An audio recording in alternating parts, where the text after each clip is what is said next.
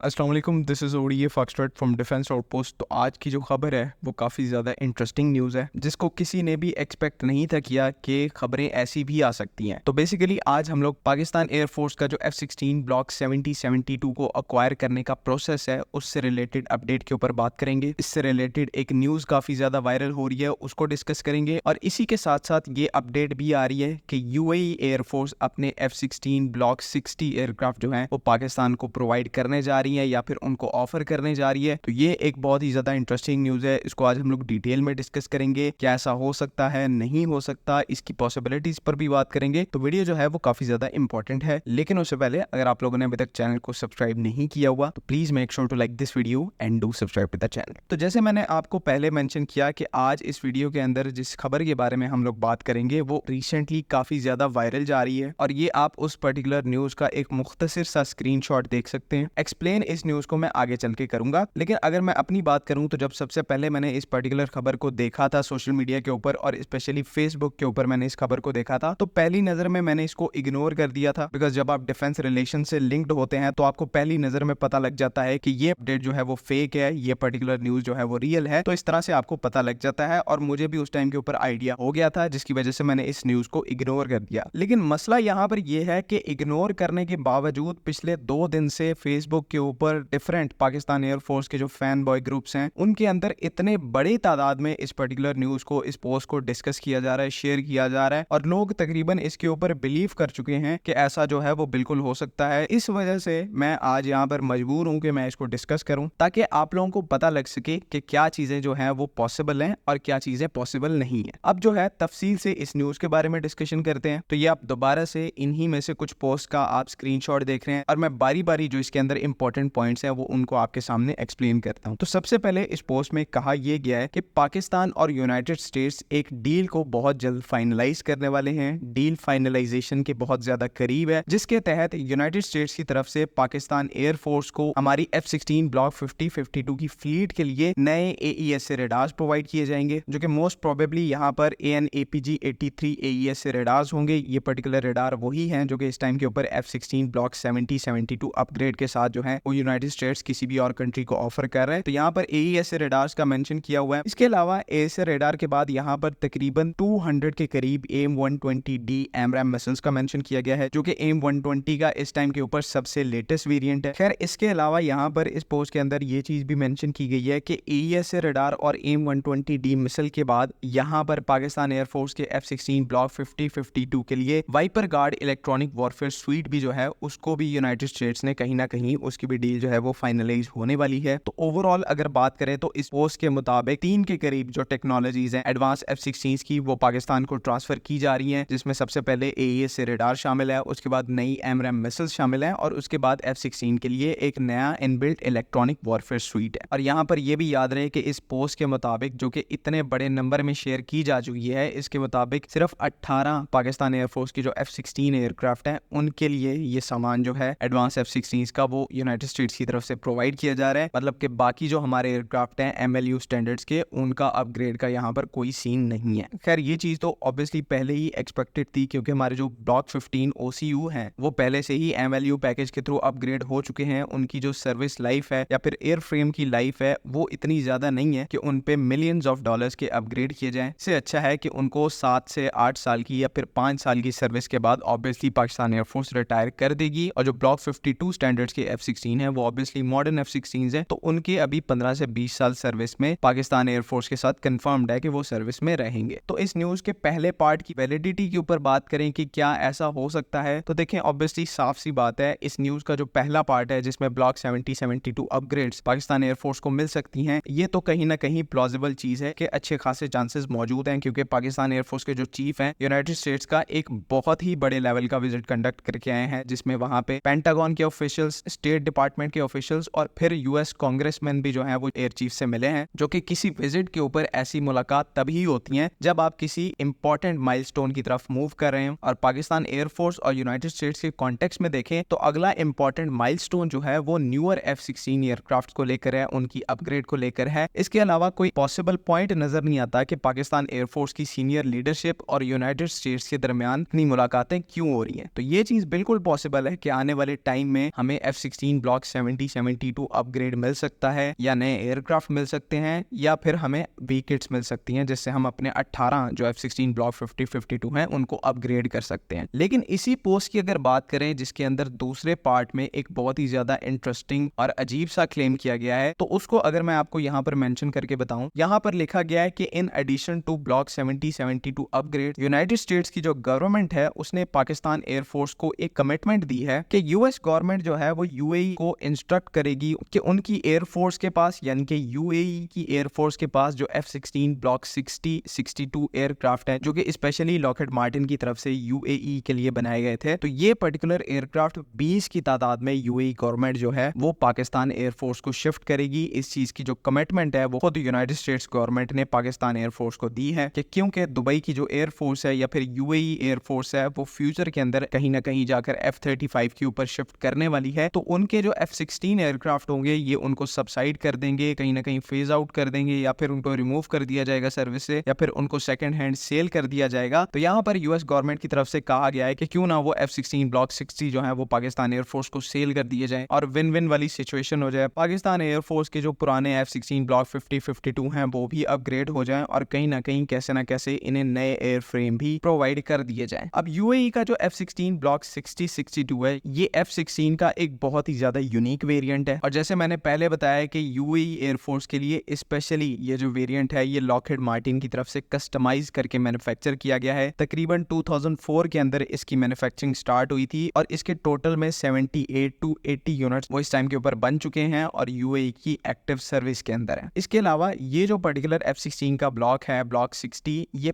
पहला F-16 का block था जिसके अंदर एक active electronically scanned array radar लगाया गया था जिसे AN/APG-80 के नाम से जाना जाता है। ये अपने टाइम का और कहीं ना कहीं आज भी one of the most powerful AES radar है, लेकिन इसी को अगर F-16 ब्लॉक 70-72 से कंपेयर करें तो वहां पर हमें AN/APG-83 रेडार जो कि डायरेक्टली F-35 और F-22 के जो AES रेडार्स हैं उनसे इस रेडार की टेक्नोलॉजी को बोरो किया गया है। तो कहीं ना कहीं F-16 ब्लॉक 70-72 का जो APG-83 रेडार है वो यूएई के F-16 ब्लॉक 60 से काफी ज्यादा मॉडर्न है। इसी के साथ यही कहीं ना कहीं अपग्रेड जो है वो हमें इन दोनों रेडार की रेंज में भी देखने को मिलती है। F-16 ब्लॉक 60 का जो APG-80 है वो 160 से 180 किलोमीटर की रेंज प्रोवाइड करता है, और वहीं पर जो F-16 ब्लॉक 70-72 का एक नया और एडवांस्ड APG-83 रेडार है वो 220 से 250 किलोमीटर की रेंज को प्रोवाइड करता है। मतलब हर लिहाज से F-16 ब्लॉक 70-72 का जो रेडार है काफी ज्यादा बेटर है। इसके अलावा फेमसली जो F-16 ब्लॉक 60-62 है इसके अंदर एक ऐसा सेंसर दिया गया है जो कि अभी तक F-16 ब्लॉक 70-72 में भी नहीं आता। यूएई ने स्पेशली डिमांड कर इस F-16 के वेरिएंट के अंदर एक IRST सेंसर को लगवाया था, infrared search and track system, जिसे AN/ASQ-32 टारगेटिंग सिस्टम कहा जाता है। तो ये भी एक यूनिक पॉइंट है जो कि F-16 ब्लॉक 60 के अंदर मौजूद है और इसे बाकी F-16 के वेरिएंट से काफी ज्यादा यूनिक बनाता है। अभी तक किसी और वेरिएंट के अंदर IRST सेंसर नहीं दिया गया। तो इन शॉर्ट अगर मैं आपको आसान अल्फाज में एक्सप्लेन करूं तो ये जो F-16 ब्लॉक 60 है इनको आप F-16 ब्लॉक 70-72 का लाइट वेरिएंट कह सकते हैं। जो वेपनरी है वो बिल्कुल सेम है, इनबिल्ट जो इलेक्ट्रॉनिक वॉरफेयर सुइट है वो बिल्कुल सेम है, सिर्फ जहां पर डिफरेंस है वो रेडार का है और एडिशनल IRST सेंसर का है। जहां पर F-16 ब्लॉक 70-72 के पास एक रेडार अच्छा है तो वहीं पे F-16 ब्लॉक 60 के पास एडिशनल सेंसर मौजूद है जो कि कहीं ना कहीं हेल्पफुल साबित होता है। तो एक काइंड ऑफ बराबर ही काम चल रहा है, लेकिन ये है कि F-16 ब्लॉक 70-72 जो है ऑब्वियसली नए ब्लॉक्स हैं तो वो एक्सपेंसिव होंगे एज कम्पेयर टू पुराने जो F-16 ब्लॉक 60 हैं। तो यहाँ पर प्राइस का डिफरेंस है, जो यूएई के F-16 है वो हमें सस्ते पड़ेंगे अगर पाकिस्तान एयरफोर्स कभी भी उनको अक्वायर करती है as compare to F-16 block 70-72। अब बात करते हैं असल मुद्दे की